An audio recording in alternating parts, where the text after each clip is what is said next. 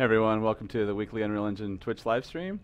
Today we've got Technical Director Mike Fricker and Tools Programmer Dan Hertzka here to go over some things with us. We're going to take a look at some of the 4.6 preview notes, some of the new features and enhancements that are coming there. Dan's going to give us a quick look into some UMG stuff, and we're going to announce the Game Jam winners. But first, the news. Shelly, can you cut to the monitor? Great. So a large number of us just got back from the East Coast Dev Tour, where we went and gave around 40 or 42 talks in Montreal and Boston. So we just got a few pictures from there. Everyone has beer. Yeah, everyone has beer. Not everyone has beards. That's 3 for 5 there. But yeah, these are some of the winners. We gave out some subscription codes and an NVIDIA Shield at the event in Montreal. It was a really good turnout. We had a lot of fun up there. It's my Marty McFly vest. So, Smet is talking to people. Zach in the pink hair. If you haven't experienced the pink hair Zach in person, you're totally missing out on a lot of things in life. So thanks to everybody that came out. If you were there, hopefully we got to say hi, high five, all that fun stuff. That's the Montreal event, and then same here in Boston, so the W. There's Joe Kreiner in his epic beard, of all ways.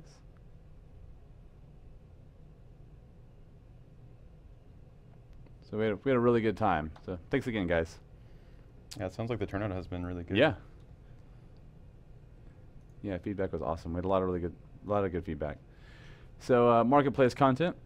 I try to get these things out to you every week, and here we go with this week's. This should be available right now in Launcher for you guys to pull down. Weapons and props. We've got C Media's Signage Pack, Edition 1.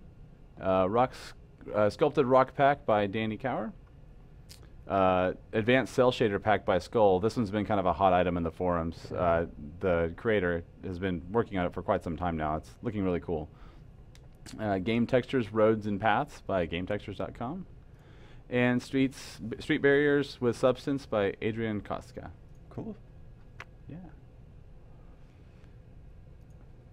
So just a quick reminder here, this is an older Twitch post, but we have turned our Twitch calendars live to the public. So on the Learning Resources Twitch, we had a little announcement on it here where you could actually go and pull the iCal or XML URLs, add it to iCal, Google Calendars, anything like that, and actually see what we're actually planning out for Twitch over the next few months.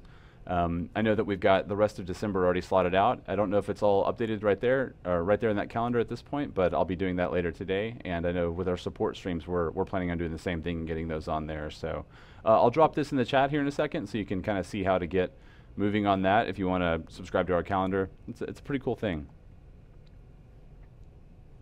So, Community Spotlight today is going to be on our November Game Jam. We had 25 submissions, which is awesome. Just really cool stuff coming across, like really inspiring. So here's the thread. There's not a whole lot to show here, but I'll hop over to the video that we put together that's kind of highlighting the individual ones. Can you talk about the theme? Yeah, the theme was 2 birds, 1 stone.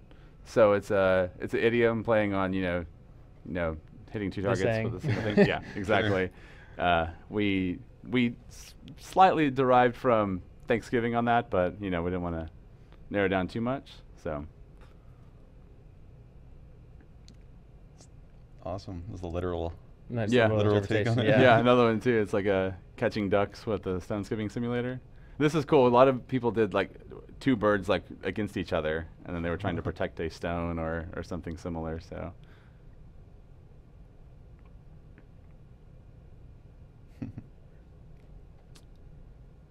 Oh my.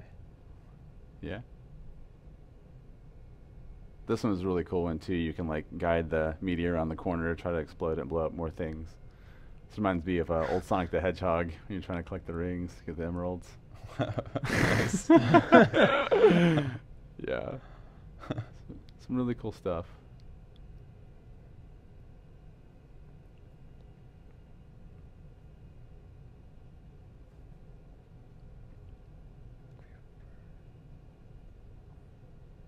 Oh, it's really cool. Some of these are beautiful. Yeah.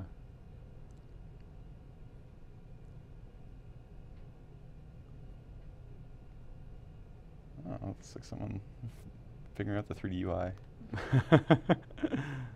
It's good. Oh, wow. This is really awesome. Like the two turkeys are trying to like flop together to get the bowling ball down. The shooting gallery. 2 turkeys, 1 stone.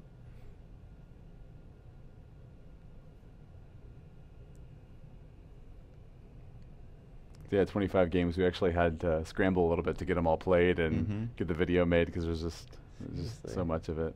That one was really cool with the 2 sticks to drive the 2 different birds.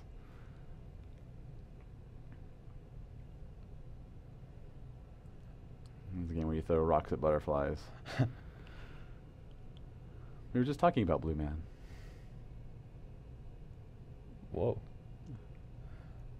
Oh, that's Sonic. Yeah. Cool. So yeah, that's the highlight reel.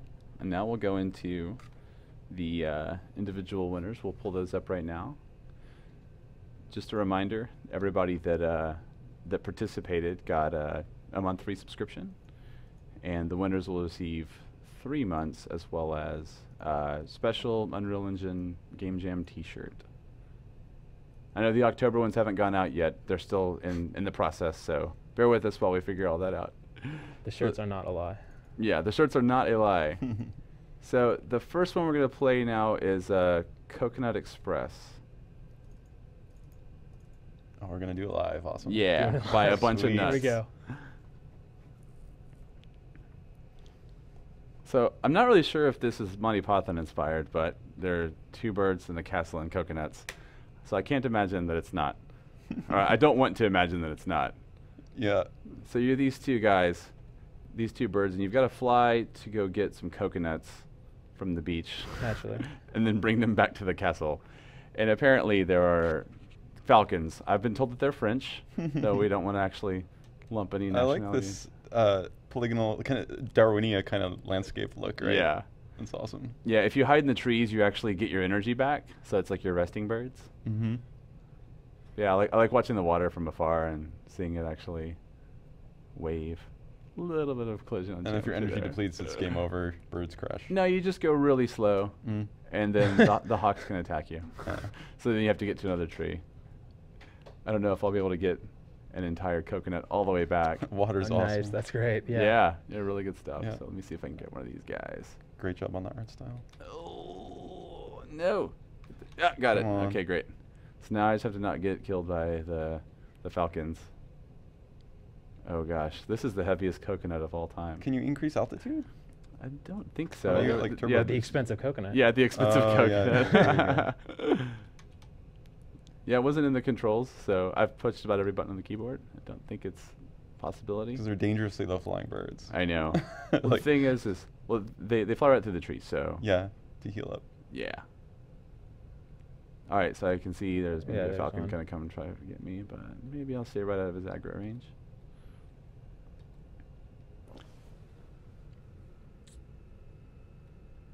And, oh, all right, we'll go ahead and go from there, but got a really nice, let's see, yeah, the menu is like really nice I like and that fluid, matinee. yeah. Yep.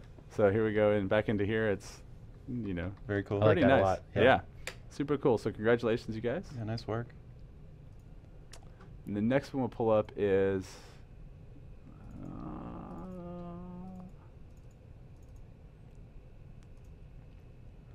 see if it'll load up. Tale of Two Turkeys: Battle for Plymouth Rock by Sawi Dwunky. So this is essentially just a tower defense game where you're trying to protect your captain chicken, or captain turkey, I apologize. What is mic mode? I'm not sure. I didn't figure that out. So you place these guys. Mhm. It's actually decent, decent resource balance too. Like, it's easy to get, you know, a nice progression where you've got, you know, 5 or 6 waves already under you before it actually gets too difficult. So. So you got That's a pumpkin nice launcher. placement UI. You got, what are these? Yeah, there's a pumpkin launcher. There was one that is like a sniper dude. This is a Gatling gun. If you click on it, does it show the tooltip? Nice. Oh yeah, cool. It does. Yeah, awesome. Yeah, the crows. It's just they just stay in the area and they just screw people up. So yeah, they have you know, different size enemies, different things like that. Yeah, cool. Really That's cool great. stuff. Yep. Again, like the stylization is really nice here. It's kind of like that Wind Waker. Yeah, the Yeah. water's really making me think. Yeah, yeah. shorelines. And yeah, they've got like at the end here. I'll see if I can hop to it. Emit defeat. They've got a different like funny quips at the end on all their. Oh, well, you gave up and the turkeys are dead, or things like that. Oh, it didn't show it there. It only happens when you lose. But anyway, congratulations, you guys. Good stuff.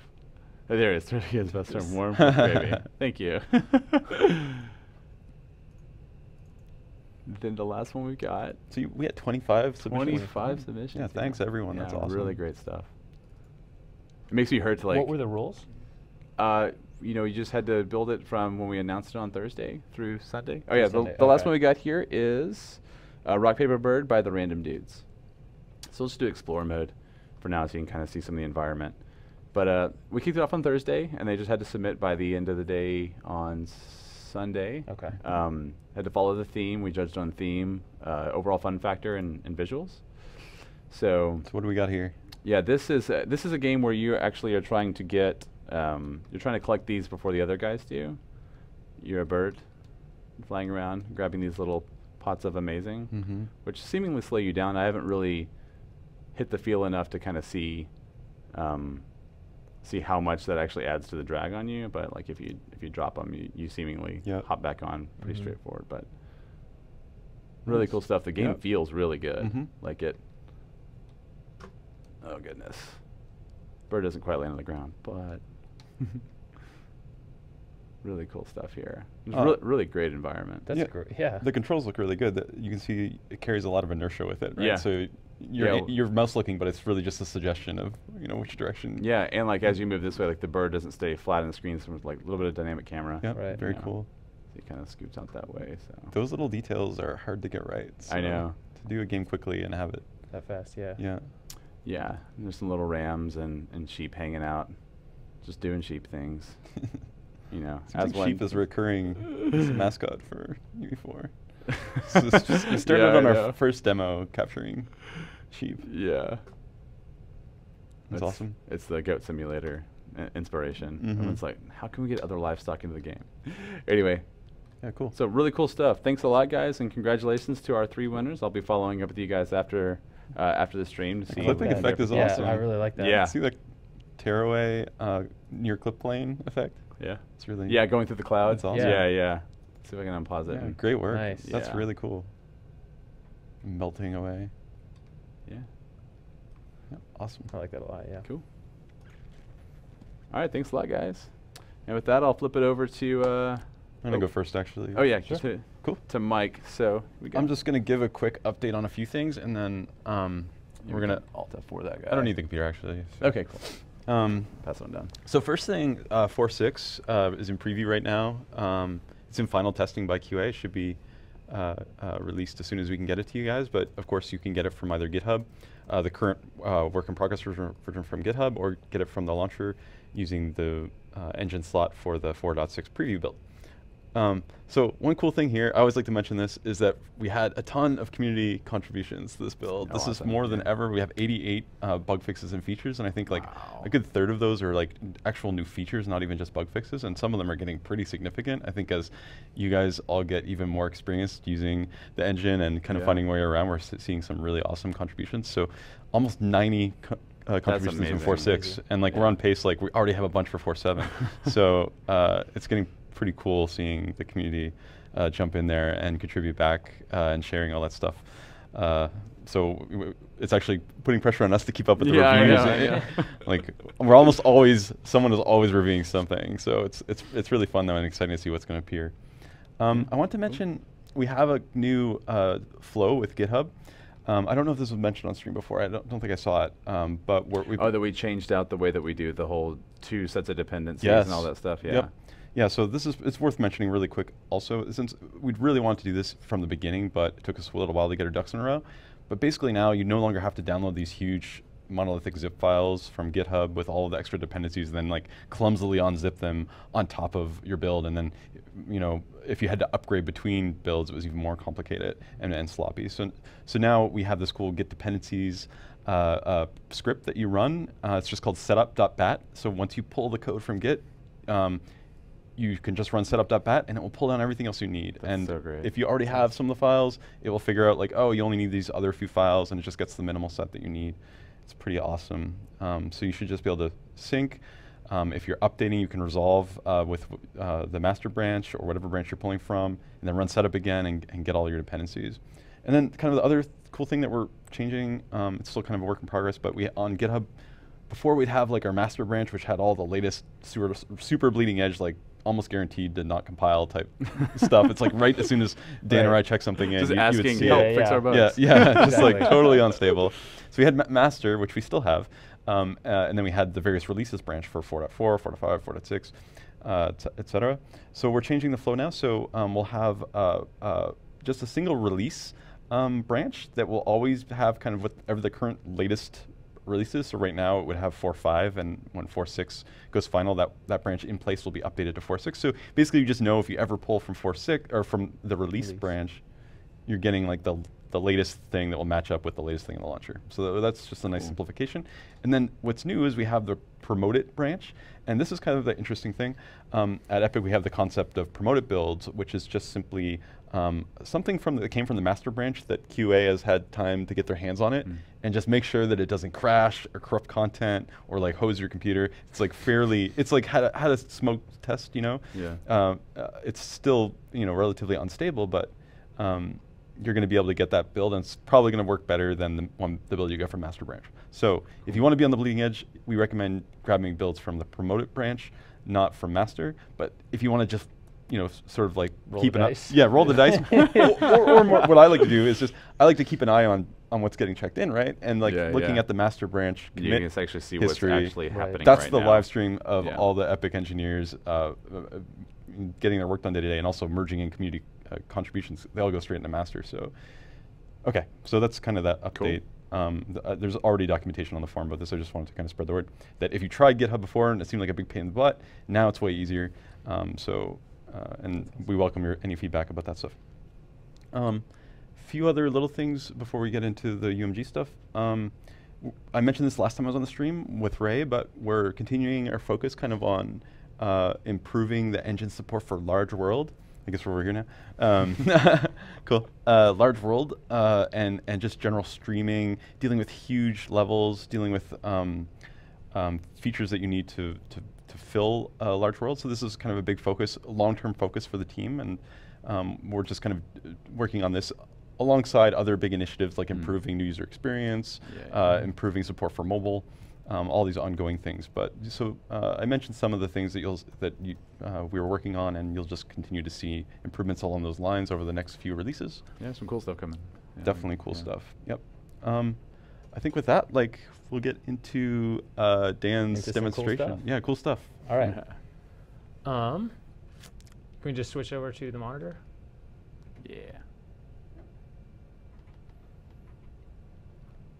All right, we good?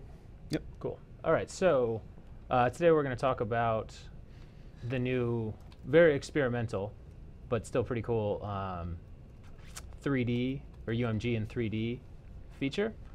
So I've put together a little example here. I'll just show you the basics of what it does. So we spawn into this little tiny world. We've got a door that we could walk around, but we want to do it the right way. So we're going to walk up to it, activates. Well, there's a control there. You're supposed to use it. Exactly, right. So we just need to get past it. We need the right code. It's not a well-designed level, so you can't find the code. Oh. So let's try something like that. Denied. Access denied. Nice. But let's say 1673. Oh, nice. Damn. Second try. So the door is now open. And if you were making this, I'm sure you'd make the keypad disappear at this point. But I just wanted to leave it up to show you guys that here it is just in the world. So that's just our tiny little UMG widget guy. Exactly. Oh, man, that's great. Rendered on our widget component. So that's tilde.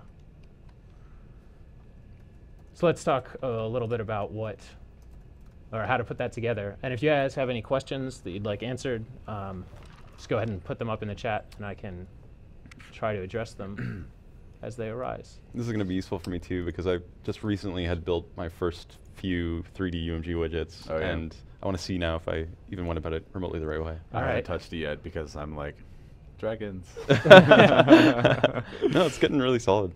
Yeah, UMG itself should be solid, but no, the component, the 3D component, definitely has some dragons. Yeah. So here's our keypad. It's composed of a bunch of these keypad buttons and this little indicator zone here at the bottom. And if you guys want to talk about, I don't know how much UMG material has been given so far. So if you guys want to know more about how we even set up this UMG widget in the first place, we can talk about that. But just know for now that we have this widget, and we want to set it up inside of our blueprint. And so here's a standard blueprint. I've got just some static meshes. I have these doors. I've got a collision volume, or a trigger volume, that I use to turn on the door and accept input. And then this little guy right here. And that is our new component, our new experimental widget. So it's its own component class? Exactly, Got yeah. it. So it's got its own transform just like any other. You can scoot it around, do whatever with it. And I guess effectively you can think of this as like a quad or a rectangle. It's exactly what it is, right? Got Yeah, it. for now. And so, the world. right. And obviously, as soon as you see this and you want to start using it, you'll think about, what if I could map my UI onto a non-flat quad? And I promise we've also been thinking about that. And it's one of many things that we'd like to add to this over time. So the basic settings here, or the basic settings that differentiate this component from others, is in the UI section right here, where you can choose your widget class. So here's a bunch of junk, not junk, but classes not made for this. Carefully made classes by yeah. extraordinarily Like talented people. Test widget, high quality. New widget blueprint 2, Widge 3, 1, 4, yes. 5. Yeah. But the one that we're using is keypad right here. Okay. And then the max interaction distance you can set to it defines how close the player needs to be able to actually interact with it. Yeah.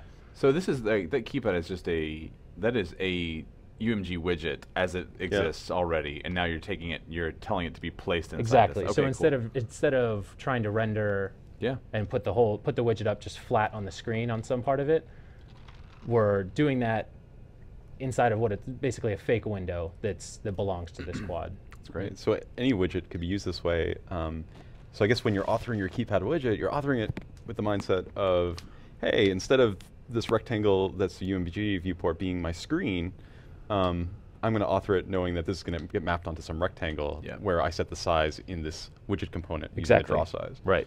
And that draw size, can you talk about what that is? Right. So draw size is how large you make the widget itself.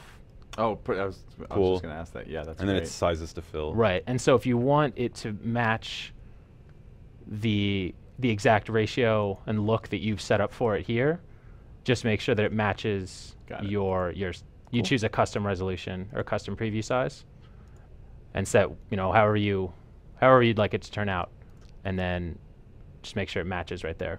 Right. Or you can stretch it. And then you can just scale the whole component too. Correct. So that gets you your draw size in UMG units. But if you want to scale it so that you have a different number of UMG units per meter or centimeter, you can just scale the component like you do. Right. Cool. Exactly. Yeah, I was going to say, like, having something go, like a menu that pops out of something, Right, yeah. Well, so that you could also do, I'll be honest, I had grand plans, but not enough time. But I did want to make, and that's totally possible in here, to add an animation to the widget itself that you can then play, as opposed to having to mess with the widget itself, or the component transforms. So with that, just real quick, if you don't what's mind. up? You can access this component inside your event graph and do any kind of logic you want on it. Yeah, right? exactly. So here's it's just treated like another component. Yeah, great. The last couple of the last parts to talk about on the new widget component are whether or not you want it to be opaque. So here's a little. It's experimental. We didn't know that this was going to happen, but it does. So notice that this is translucent on top of this weird glass translucent. It doesn't happen in the world. If we compile this and check it out here, it does not Oh, It's okay, transparent, got but it's still okay. So for some reason in there, it. It's a special yeah, feature. bleeding edge. So we're going to make it opaque to avoid that. And then also two-sided, just if you want it to show up from the back or just be invisible. So if you have it, if this is something that is mapped or is placed right on top of some sort of mesh, then there's no real need to make it two-sided. But this one's just out in the world. And then, yeah, inside of your, I cleverly named it widget 1. But inside of your graph, you access it just like any other component, widget 1. And if you want to actually mess with the widget itself that's within the component, you get the user widget object. Yeah, yeah. And then, yeah, and then do whatever you need to do with that. Man, that's great. Yeah, as soon as you get the widget object, you can expose things so easily from the blueprint editor or the UMG editor. You can do all kinds of cool dynamic stuff with it, just like you would from your character if you were animating any other UMG UI. Exactly. Procedurally. So in this case, what we're doing is on the keypad itself, we've got a few functions going on. That's a lie. That's not an error.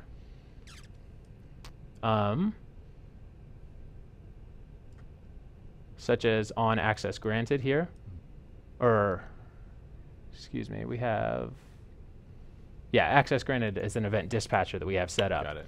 And so inside of the door here, we bind an event to access granted. So the widget itself is taking care of whether you've put in the right sequence of numbers and whether or not it shows access denied or granted. Fire that event, yeah. Exactly. Are we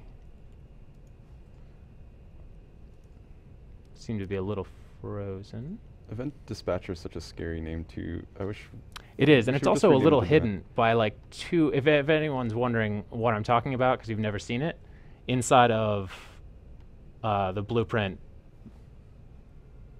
I'm not sure what this window's called. The My Blueprint window.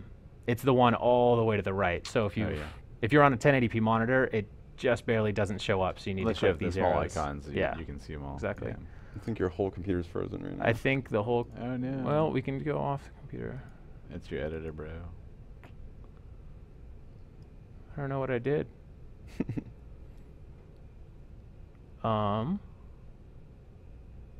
Do you want to talk about some stuff while we wait for this to Go ahead and restart it and get back there, and I'll just talk about some of the other cool stuff then. Yeah. I mean, you have more. There's more stuff to show, right? Yeah, sure. Yeah, I can talk about just how the whole thing's rigged up. All right. I was going to talk about some cool stuff in 4.6, some other things that I didn't get to last time when I was on here with Ray, and I thought we'd just go ahead and talk about some other cool stuff coming online soon.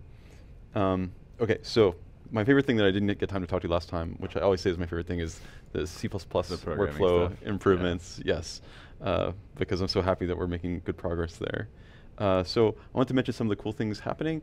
In 4.6, you're now going to be able to have just kind of normal constructors for your UObjects in C++, so you don't need to do any kind of weird post-construct initialized properties, weird parameter. In fact, if you don't even want a constructor, you don't even have to declare one. We kind of just made things a little more normal.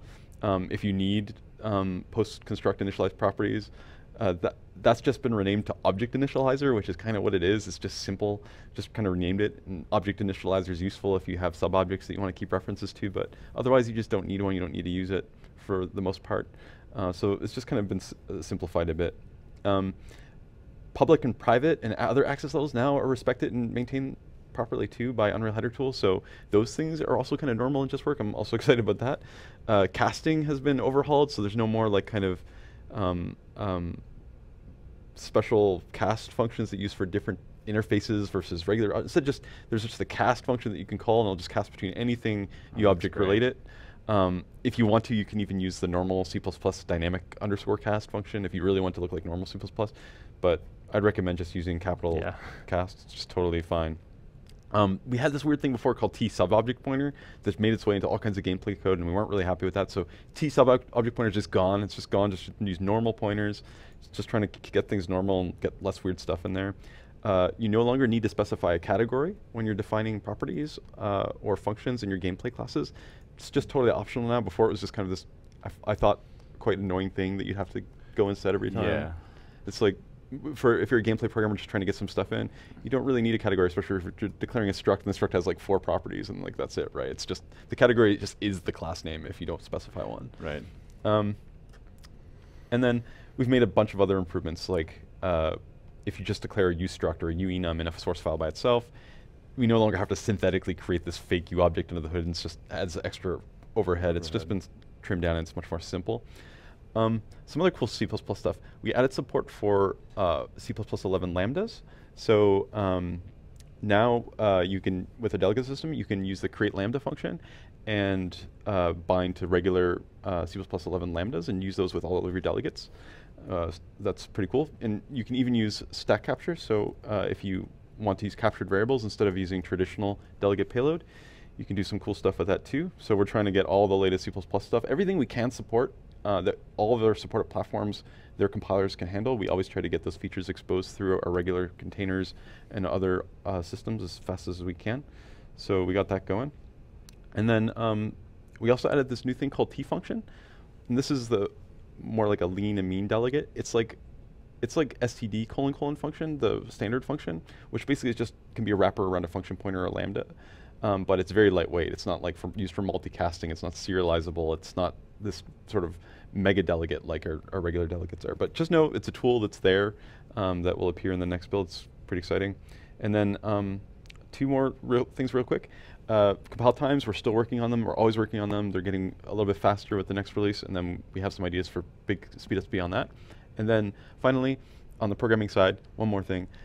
We have a new experimental feature that you can enable in Unreal Build Tool that gets you really fast iteration times in Unreal Build Tool.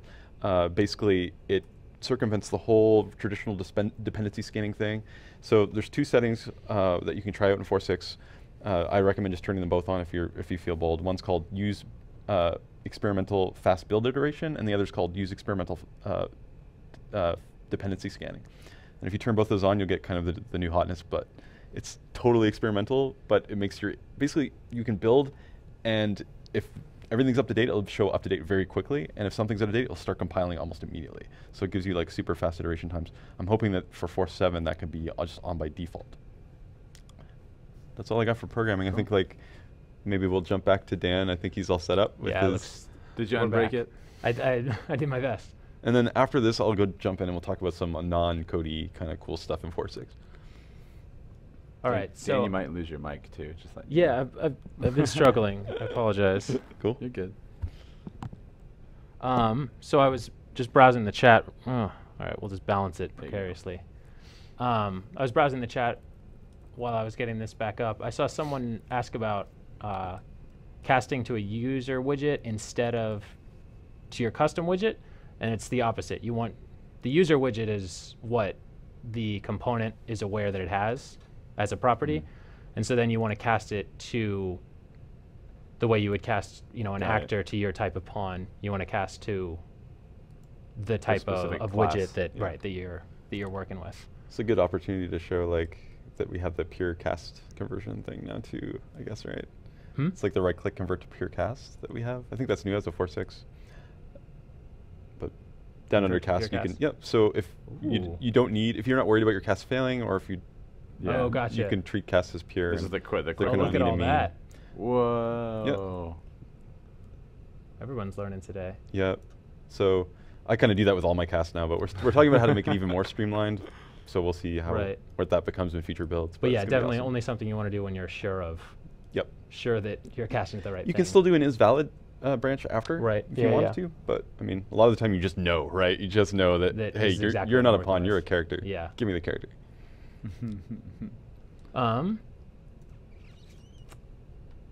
So yeah, sorry, where was I? So here's an example of binding to the event dispatcher that's on the widget itself. So we had this widget with the dispatcher called access granted, and inside of our function here where we evaluate the input. Sorry, blueprints are just sort of by definition hard to read immediately. But down here, after we go through a for loop where we check and make sure that the sequence the users entered and the sequence that I decided was the solution are all the same, Then we come down here into the complete, where we just call that event dispatcher. And so anyone who's bound an event to that is gonna execute. I just love that envelope. You know, it's like, know. all right, mail this out. Here you go. Strange that it's open though. Right. Well, it doesn't have anything to package into it yet.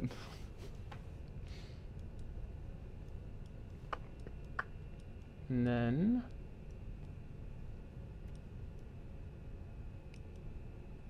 yeah, this is just for fun to open the door. Oh, and then you might also notice when I approach the keypad, notice that the cursor shows up, and then when I leave, so that's part of. Cool. I set the. So I set, it's a bit of a workaround right now. This is something we need to work on, but there's a node to set the input mode.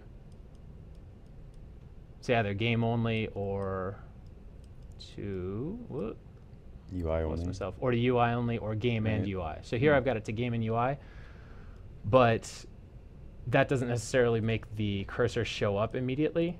It operates as though it's there, but you need to click on a widget first. So that's something to address. Where did my window go? But so I'm making the cursor appear so that then I can do my input. And then if I put in the correct one, then I immediately set back to input mode game only. So one thing that I learned this yesterday because Matt told me, but the game and UI mode is interesting in that it's kind of like how like something like World of Warcraft would work, or like Dragon Age, where you have a cursor on screen, and you can always interact with your character and the camera just by holding on a mouse button. So as long as you're holding on a mouse button on the 3D part of the non-UI area, it'll take it as game. Right. Yeah, it's so totally. Here that we're in game and UI mode. Right. If we were in UI mode only, I wouldn't be able to run around like this with WASD. And you could right click now anywhere on the screen, and the UI would absorb the click. Nice. Yeah, I have right click selected right now, so I can still move around. But if I just move the mouse normally, it doesn't make my character move, and the UI will receive these clicks. Yep. Then as soon as I leave that, I don't need to click, and I'm in normal game mode. So yeah, so that's extremely nice. But I think that's about it. I saw someone also ask about if these examples will be released. I don't know if this one specifically will be. Didn't you make this yesterday? I did make this yesterday. Well, it should be released already then. Right. I've also been working there. on overhauling shooter games UI to use UMG. So Awesome. that's in progress, strongly in progress, and so that should be a really solid learning resource once that is complete. Cool. But yeah. Cool, good Nice stuff. work. So I guess unless if there are any questions on that part, we could take them now, or I can just go in and talk about a few more of the 4.6 kind of cool new things. There's one question about being able to multi-layer 3D UI with that. I don't see why not, right? There's If you like just made components. multiple components. Yeah. Yep. I think there's also talk about adding support to Slate and UMG to give individual widgets depth. Right. But this is like still something that's not fleshed out yet. Right. That's a whole nother, like right now this is being created with a single render target texture instead of being rendered within the world itself. Yep. But so that's a much harder problem to solve, but is a logical next step eventually to be able to decide what the individual transforms are of these. We do have a couple rolling in on the ETA of the UMG refactoring, but that's probably too far out right now. Wow. Right? Yeah. Yeah. Cool. Cool. Yeah, that's all on that. So Okay. I'll start with UI stuff then, since it'll just good segue. So with 4.6 we have composite font support. This is kind of like back in UE3 we had a concept called multi-font. This is kind of the next gen version of that. This is my understanding of it at least. But basically you can take a font now, and the font can be made up of a bunch of other fonts. And then for specific character ranges, it will use whichever font maps to those character ranges. This is obviously super useful for those languages that have ginormous amounts of glyphs to represent their whole spectrum. And sometimes, hey, if you're typing regular Roman characters, you want to use like the Android Roboto font. Mm-hmm. But if you hit one of those crazy Tilde. like any of the Yeah, any uncommon character. Yep. Any kanji characters, any fancy yeah, any of that stuff, you'll want to use a font that is super readable for those. Yeah. So it gives you that customization that professional applications usually have for professionally localized applications usually have. So that feature is available. We also, I mentioned this on the stream last time, but I think it's more realized now, and you can test it with the preview, and that's the web browser control that is, I think it's still considered experimental. I think so, yeah. But we do have it in here. I mean, you can bring it up with the little question mark in the bottom left of the viewport, right? Right by the... oh, right. Yeah. Yeah, there we go. If you want to switch to the screen, yeah, you can click it. Oh, it's actually, oh, this computer probably isn't on the web, maybe. It's been the web, Oh, yeah. but... So anyways, this button would bring up a little web browser that shows you, in this case, it's like keyboard hotkey cheat sheet type thing, right? Which is, yeah, but loading page. yeah, It's trying. yeah. There's a little transparent web browser on top of the viewport. Anyways, so we were hoping there's all kinds of cool emergent uses for this type of control. It's available through Slate and I think soon UMG as well, but not quite wrapped in UMG yet. But it works in game. It's only supported on Windows platforms so far, but eventually I think we'll support Mac, and I'm not sure about the mobile platforms, but since they have kind of their own integrated web stuff going on. But we'll certainly, something we'll keep improving. Another cool thing I want to mention, because a lot of people asked for it, was in UMG you can multi-select things now, which I think is really, really nice. Yeah. It was really hard to do things if you had a lot of kind of rubber stamped things going on, or like fancy borders that you're trying to animate. So now you can multi-select, which is, I think, awesome. Oh, nice. Yes, and then the common properties, just like actors, same are time. Yeah. yeah, so much easier. It's those little things that are actually a little bit tricky, but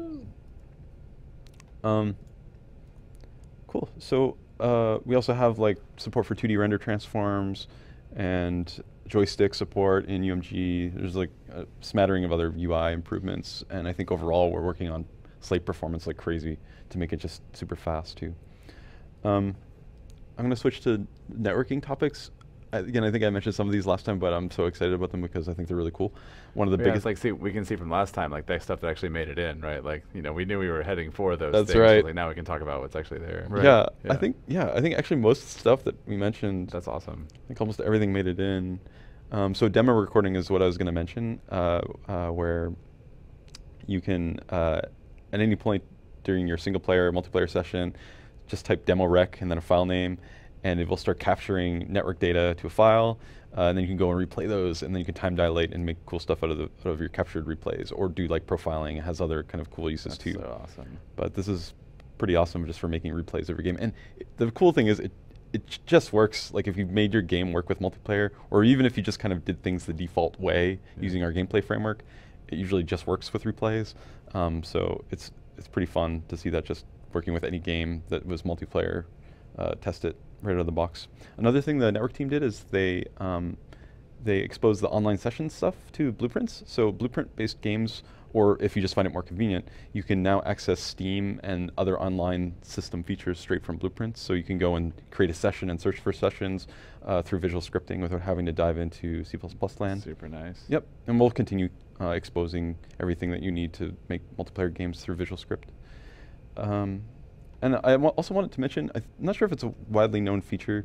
I think it'd be hard to demo here maybe right now, but if you're working on a multiplayer game using UE4, make sure to make use of the multi-client play feature, where you in the play option or the play dropdown, you can choose the number of clients to spawn. I think this is nice. a really cool thing. We've had it for a while, but it's actually gotten more and more stable with every release. Okay. And this is where, so you set the number of players, and if you choose more than one, it does some interesting things here, where it will spawn, your viewport client will become the listen server, and all of these other windows will pop up, and then these other windows will be your connected clients. This is really useful for testing multiplayer coding because it lets you get without having two computers in the same build. Normally it's quite a bit of an effort to spin up multiple clients and a dedicated server and a listen server. The editor can do all that for you, and if you pop into the advanced settings section, there's other options there for like automatically spawning a dedicated server. Basically, with one click, you should be able to start like testing your multiplayer replication code. It's actually fun to just try this out if you've been making a single player game and just kind of see what happens when you and very quickly you'll learn what needs to be done to just get it working with multiplayer, and it's pretty fun to do that. So yeah, please make use of that feature. Okay, next thing is as part of the large world stuff, we've been working with in figuring out like how big of a world we can make without having to switch to world composition mode. So we've increased the default world size from about 5 kilometers square to 20 kilometers square, gameplay enabled. So now you can make like 20 kilometers square is pretty darn big. Pretty large. Like that's fairly big. There's some games out That's pretty big. There's some games out that with bigger world maps, but most games don't go that far unless they're doing like a huge seamless MMO landscape, and even some of those aren't that big. Right. It's just more smoke and mirrors. But like there are some that are bigger, but this will give you an enormous physics-enabled play area without hitting the world max limit. So that's something that we've flipped the switch on for this release. You can have bigger levels, and then if you ever need bigger than that, you can switch to world composition mode, and then there's effectively no limit on how large your world can be. It can just go on and on forever seamlessly, but there's different trade-offs as far as multiplayer ability when you switch to those modes. Cool. Gosh, how are we doing for time? We've still got 4 minutes. If you're going to go late, we can keep rolling. So. If you think this, if you think it's useful, I can tear through a few things. Okay, I'll do a few rendering things. I can always just talk faster. I feel like I'm already talking like super fast, but no, that's good stuff. So I want to go over the rendering ones because we have some good rendering features that I didn't get to mention too many of them last time. So I wish we had the screenshot for this, but I think it's in the engine news. We have pre-computed emissive lighting now, so if you're using Lightmass to bake lighting and you have emissive textures, when you grab 4.6 and rebuild, those emissive textures will automatically illuminate nearby surfaces. That's so nice. Emissive textures now are light sources just automatically, unless you go and turn it off. It doesn't cost anything extra in your build times either, so you should see some automatic visual improvement if you're using Lightmass lighting. The other cool improvement we've made that was widely requested was getting static lighting to work on foliage. So now you have full Lightmass, GI, everything with your foliage instances. There's pretty much no restriction except for just on the practicality of having a giant landscape and pre-computing lighting on the whole thing. It will use more light map textures and so on and so on. But that's totally up to you. You're in full control. Otherwise, it's just works, so you can statically light everything. And we also, I think this made it in, but we have two-sided lighting too. Not sure if it made it in 4.6. If not, it's in 4.7, but we should have two-sided lighting for foliage as well. I can't recount if it's on that list or not. Yep. Okay, jumping into some material improvements, you can now have 128 unique textures accessed from a material. Previously, the limit was 13, so this is like a giant, like huge, hugely empowering thing for material designers. It only works on DirectX and consoles right now. It doesn't work on OpenGL yet, just so you know, if you go past the 13 sampler limit. But if you dig into a texture sample, there's like this option called shared samplers, and you can go and take your up to 128 texture samples, and as long as you're sharing samplers, which is really easy to do, they're really just rules about whether you're wrapping or clamping. You can go and have tons of textures to use in your material up to whatever performance limit you're comfortable with, but you can see how this is super useful for sophisticated layered materials or terrain that has like a bunch of triplanar stuff going on. Very useful.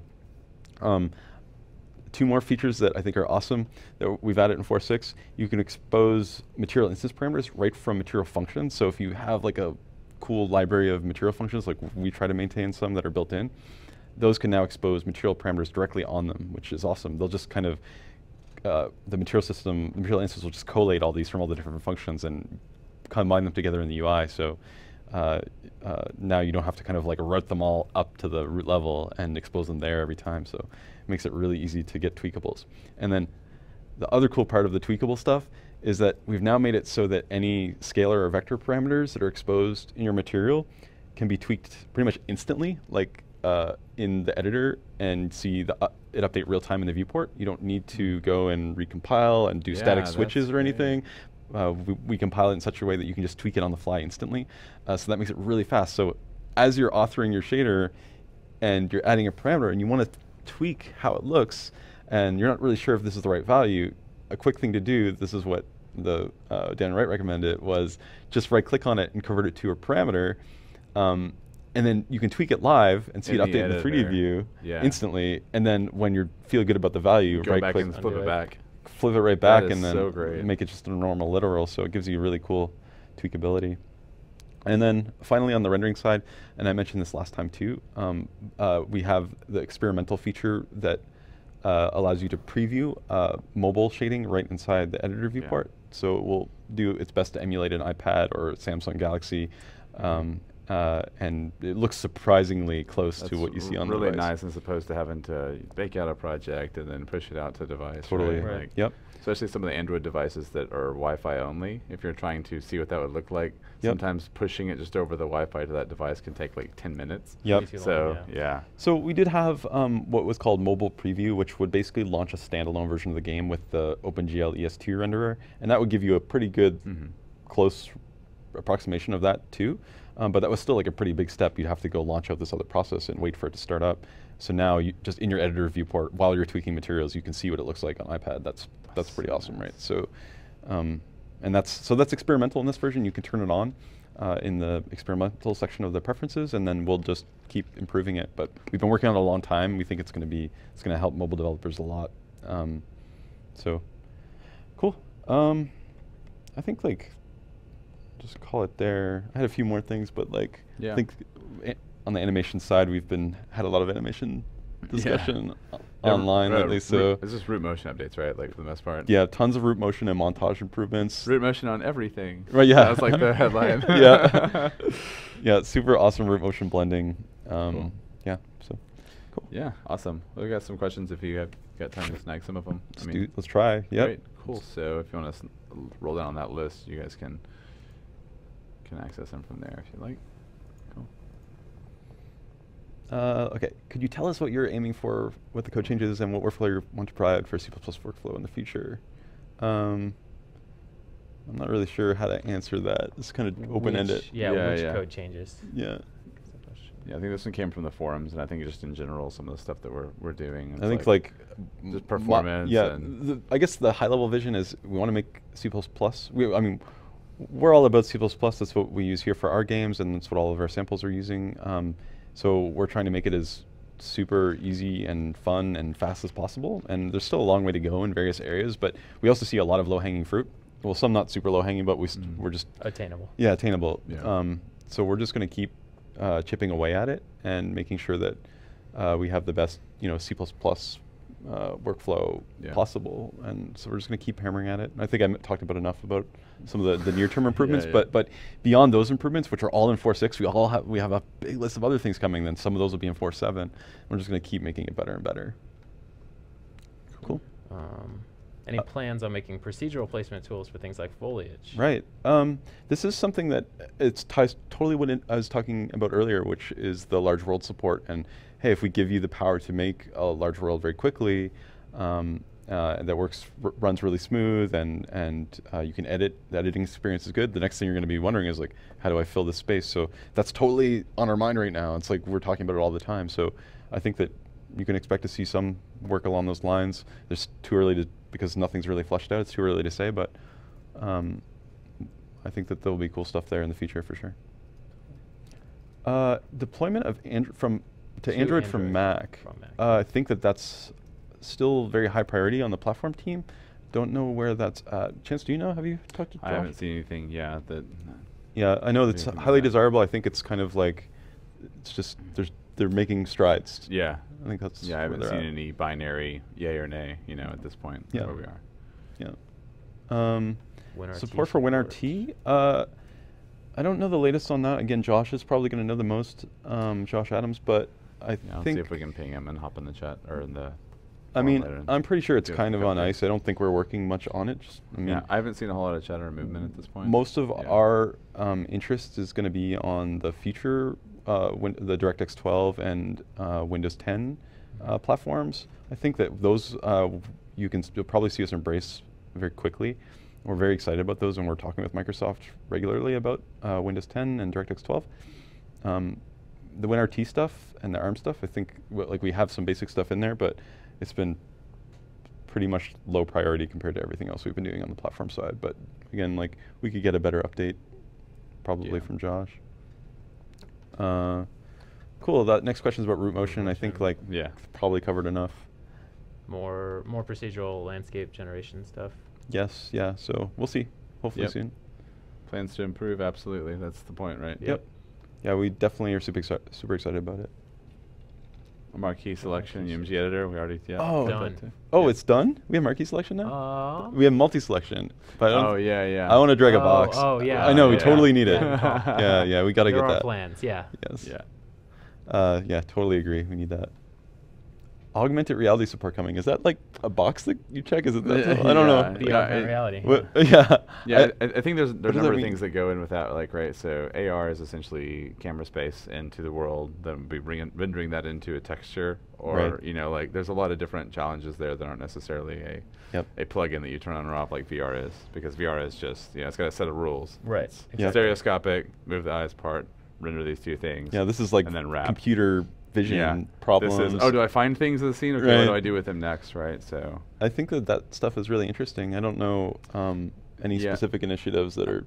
I know there are a few people out there that are doing, like, you know, Cast AR exists, right? Like, Mhm. and so they have SDKs and things like that. I don't know if we've done anything to really integrate with those SDKs at this point, but that's not stopping anybody from doing those, you know, things. As Right. we have the source available. So I think right now we're focused heavily on VR. That's something that we're still kind of want to stay on top of, and just have the best engine possible for that. So, but yeah, it's a lot of overlap. UObject multi-threading is the next question. This is interesting. There is work going on this, and we've seen success. Different people using the engine, different companies using the engine have done some pretty awesome things with multi-threading UObjects and ticks. We tend to be conservative because we want to keep things as maintainable and also stable as possible. So we tend to be a little bit shy about aggressively multi-threading gameplay constructs because they can be very complicated to change afterwards. Yeah. And we're trying to make the engine very approachable and understandable. So, but we do see companies going and doing that right away when they first thing they do and they get is like, we're going to multi-thread these suckers. yeah, right? absolutely. And it really comes down to the need of what your game has, right? Like deciding which threads are going to take what workload, right? There's not really a one-size-fits-all solution at that point, right? It can be tricky with UObjects especially because they have a garbage collector that runs on the main thread. There's specific, you know, the way that they're ticked is, you know, fairly carefully handled. So, but we do have people working on it and working with partners on it. So the main way that I see that improving in the short term is us working with partners and taking their changes, reviewing their changes and taking them back where they've been successful. And we do have people looking at changes like that already. It's just a matter of, is this, you know, are we too conservative to take them? Is it going to be better or worse overall for people's understandability versus performance, that kind of thing. But yeah, we're thinking about it. And we're certainly thinking about multi-threading outside of the UObject land, like multi-threading particles and animation and any kind of background. Multi-threading particles. Yep. What kind of particles are you making? It's on our mind, dude. Yeah, and generally we already do a lot of threading stuff with like just backgrounding, like we'll compute distance field shadows in the background and shaders. We tend to be pretty good at that kind of stuff, but yeah, the runtime multi-threading is an area that we're still improving a lot. We're trying to improve a lot. Cool. Controller support for UMG? That's being worked on right now in full force. I thought a version of it is in 4.6. I thought so too, and I think there's something. There is this navigation section on the screen, and I was just trying to explore a way or an example to show people. To make it pop up. Yeah, Yeah, I haven't used this myself, but nothing's popping up within the at least within the uniform grid panel. But I know it's being worked on to just automatically map. It'll give you options, as I understand it, options to decide what the relationships of widgets are to one another if you want to, but also automatically it would know based on being a grid panel that right goes to this guy and down goes to this guy. I have been able to. I've tabbed through UMG widgets before. Right. So I don't know. I guess that's different than the full controller, controller, arbitrary exactly. direction. Yeah. Okay. So I guess we'll see where that's at by the time the 4.6 comes out. Right. Next one. More thread. Will there C++ be 11 thread. will there be any way to Oh, remove sorry. optional declared native subobjects and blueprint-derived instances? That is a feature we want. Yeah, I don't think that's in 4.6, but that would be good. You can do it in C++, and in blueprints you cannot do that yet. It comes up, so I think that that's on the Blueprint team's list. C++11 thread command work correctly yet? I am not sure about that. I haven't tried it myself, so I don't want to say that it does until I try it myself, but I don't know of any reason why it wouldn't. So let me know if it doesn't. Oh gosh. Interface. Yeah. This was a fairly complicated question, but what it's asking for is the ability to create a Blueprint interface that is basically a baseline API for something that can be extended in C++ and Blueprints. I don't think that we can do it yet with interfaces, but I think you can do it with just abstract-based C++ class. That's what I was thinking. That works. Like I've done that several times, where you can have Blueprint native events, and then in your C++, what you do is you override the underscore implementation function as virtual, and then the Blueprints can call and override the native event. So you can have a baseline API that is just basically, hey, designers can extend it in Blueprints, C++ programmers can extend it in C++. That works pretty good. I haven't tried with interfaces, but I'm guessing that it probably doesn't have all the plumbing in there to do what you want just yet. Okay. Possible to interact with UMG widget without a cursor using your crosshair, for example. I think that should be possible. I don't think so. The viewport doesn't get a chance to talk to UMG? So the viewport stuff that's part of the joystick process that's going on right now, so that is in some amount of flux, but yeah, I guess to my knowledge. So the crosshair is owned by the game viewport client, and ultimately the game code decides what happens when you click the left mouse button, right? So I guess we would need a way to say, hey, I know UMG, you know where the cursor is, but instead, I'm telling you where these are clicked. Right. Or where the hover event's happening. Yeah, so a click happened. So completely gameplay controlled. Exactly. So I guess we don't have that yet. We do not. But that's a good suggestion. Yeah, I agree. Yeah, because even for example here, it would be fun to work with that keypad using the crosshair. Like Skyrim style. Skyrim style or Doom 3 style, Yeah, you can do that like if you walked into the trigger volume and you just did a trace from the camera to test where it's looking. Exactly. Well, it would be... I mean, that's a overridden way. It's kind of a hacky way to do it, but I've handled it that way in the past. Yeah. If you just don't bother taking from the cursor, you just track it to, or attach it to mouse down. Yep. Yeah. Got time for more questions? I'm good if you are. Let's see, what else do we got here? Something on ArtTool. Jeremy would know that. Yeah. I don't know. I don't have an update for you. Someone's asking about the ArtTool. Yeah, ArtTool questions drop back in that ArtTool thread. Jeremy's pretty active on it, so. Art is the animation and rigging tool acronym. Yeah. Not just art. So it's not the art tool, it's actually the art. Yeah. It's an awesome tool, but unfortunately I don't have an update. He's kind of like a one-man army on it, and I think he's fairly active in the forum. Yeah, it's his thread. He's all over it.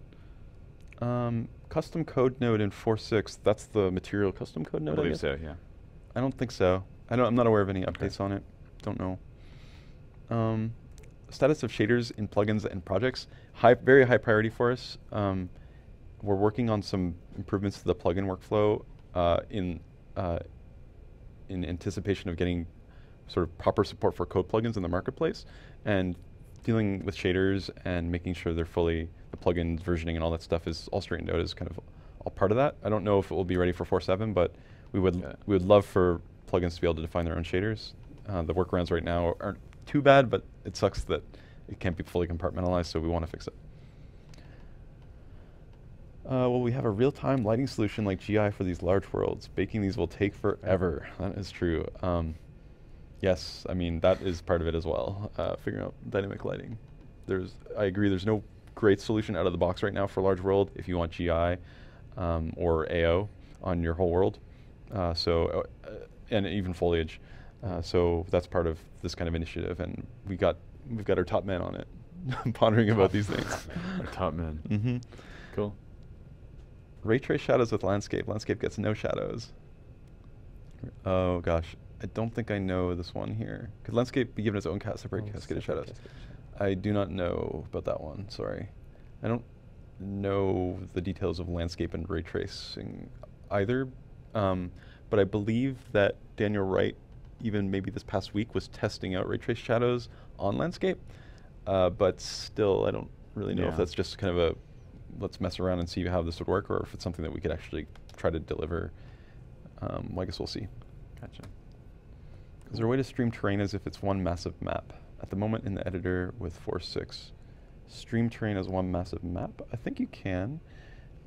Instead of using world composition, you could make just a ginormous UMap with big terrain in it, and you could stream it in using a streaming volume or whatever you need. I'm not sure how performant that would get over time. I'm not sure. Yeah. I'm not sure either. I think it depends on the context here. We need to know what exactly you're trying to do, like why you want to do it, but there's not really a restriction that says that terrain needs to be streamed in the chunks. That's just a feature of the world composition system. Yeah. If you don't use that, then you have full control over how the stuff comes and goes. Cool. Voice chat and blueprints, no clue about that one.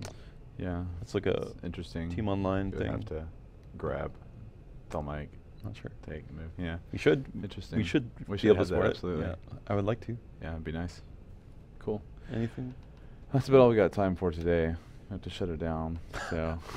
I don't know. I like answering the question. Oh yeah, that's good stuff. All right. Well, with that, yeah, we're running over. It's like I'm bored of these questions. No. It's like I've got to go to another meeting. Thanks a lot, you guys, for coming to hang out with us. If you didn't get your question answered, feel free to drop it to the thread, and we'll take a look at it after the fact, see if we can get an answer out there for you. Next week, there's not going to be any streams. UT may have one. I'm not entirely sure. I haven't talked to. No, they don't. Shelly's giving me the shake head. No. So most of us are on holiday next week. So nothing's going to happen for that. So if you come hang out, that'll be awesome. But we're not going to talk to anybody. Just hang out in the chat. Yeah, there's a new live training stream we're going to kick off in December with the documentation team and the DevRel tech artist team. There's a lot of these guys that come out and talk at the shows, like at East Coast Dev Tour. Zach Parrish will probably be on the first one. So finally, all you guys asking for Zach to come on, we're actually going to get him on a stream. He's never been on a stream here? I don't think so. Yeah, not that I can recall. He's busy traveling. So we'll be doing those on Tuesdays, kind of like the support stream. They'll have a little bit different directive. They're less of a discussion about let's just sit and answer a lot of your hardware hitting questions, and more like how-tos, demonstrative type stuff that we'll be able to move through and then take some questions about the lessons. So lots of really cool stuff there. So look out for that. The announcements will come soon. And I guess with that, that's all we got.